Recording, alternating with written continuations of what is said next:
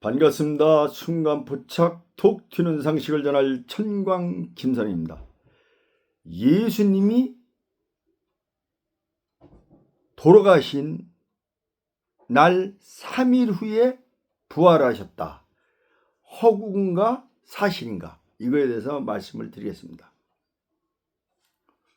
예수님은 이 땅에 오셔서 인간들의 죄를 다 뒤집어 쓰고 십자가에 못 박혀 돌아가셨습니다. 엄청나게 따르는 사람들이 많았었다는 얘기죠. 로마 제국에서는 예수님이 굉장히 두려운 존재가 되었던 것입니다. 그 당시에 본시오 빌라도 통치 아래에 있었는데 그대로 내비뒀다가는 새로운 세력이 부상을 해서 로마 제국을 위협할 수도 있는 세력으로 성장했다고 봐집니다. 그래서 제목을 백성들을 선동한 정치범, 유다인의 임금 이렇게 몰아갔던 거예요. 근데 딴 민족보다 유다인들은 결집력이 무지무지하게 강한 거예요. 그 2000년 동안 흩어졌다가 다시 모아서 이스라엘 국가를 설립한 거 봐더라도 얼마나 대단한 정신력과 결집력이 있는 거예요. 그 예수님을 그대로 두었다가는 큰 환란이 있을 거가 예상되니까 그때 처형을 한 거예요. 처형을 했는데 골고다의 언덕에 묻었죠. 그런데 옛날에 한 제국이 멸망하면요 흔적도 없이 그냥 싸그리 건물이고 사람이고 초토화 시켜버립니다. 다시는 발언하지 못하도록, 다시는 일어나지 못하도록.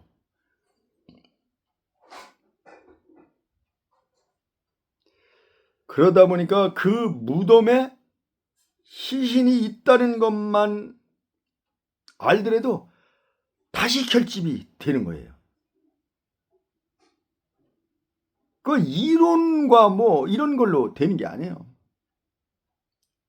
정신력이라는 게 그렇게 무서운 거예요. 똘똘 뭉치는 거죠. 맞고 틀리고가 아닙니다. 그냥 뭉쳐지는 거예요. 한 사람이 뭉칠 때는 별거 아니지만 여러 사람이 뭉치면 엄청난 힘을 발휘하는 거예요. 한 제국도 무너뜨리는 거예요.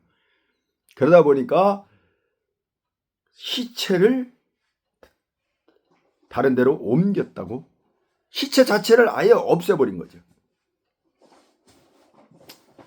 또 하나는 이건 통치자의 입장에서 없애버리는데 이 유다인의 입장에서 볼 때는 새로운 나라를 건설을 해야 되는데, 새로운 세계를 열어야 되는데 그 중심에 예수님이 필요했던 거예요. 우리가 그 전에 홍길동이 동에서 번쩍 서에서 번쩍했다 이런 얘기를 많이 소설에서 등장하는 걸 읽고 들은 적이 있죠. 또 의병대장 한봉수가 홍길동만 동에서 번쩍 서에서 번쩍 일변 순경들이 엄청난 혼선을 갖고 체포를 못했다고 그러잖아요. 가상인물을 많이 내세운 거죠. 그때 유다인들도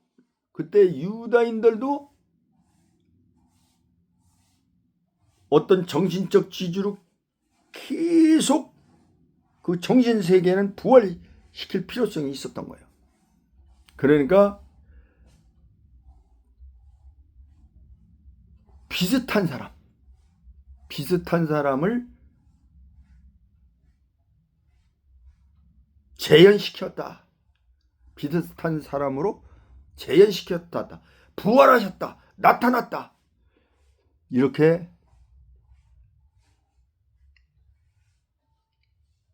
생각할 수도 있을 것입니다. 그러나 우주 만물을 창조하시고 우주 만물을 운행하시는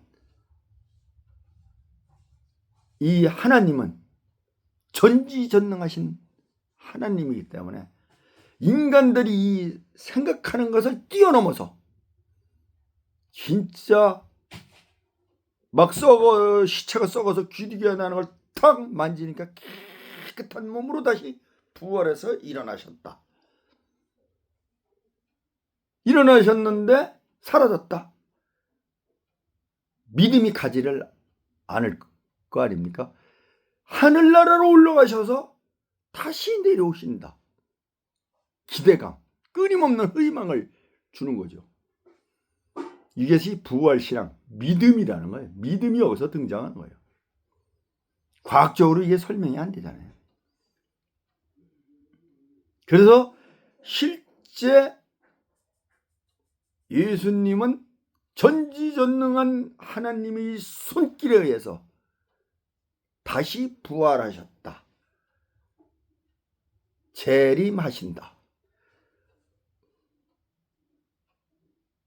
그래서 우리는 끊임없는 희망을 갖고 살 수가 있는 것입니다. 좋은 상식이 되셨기를 바랍니다.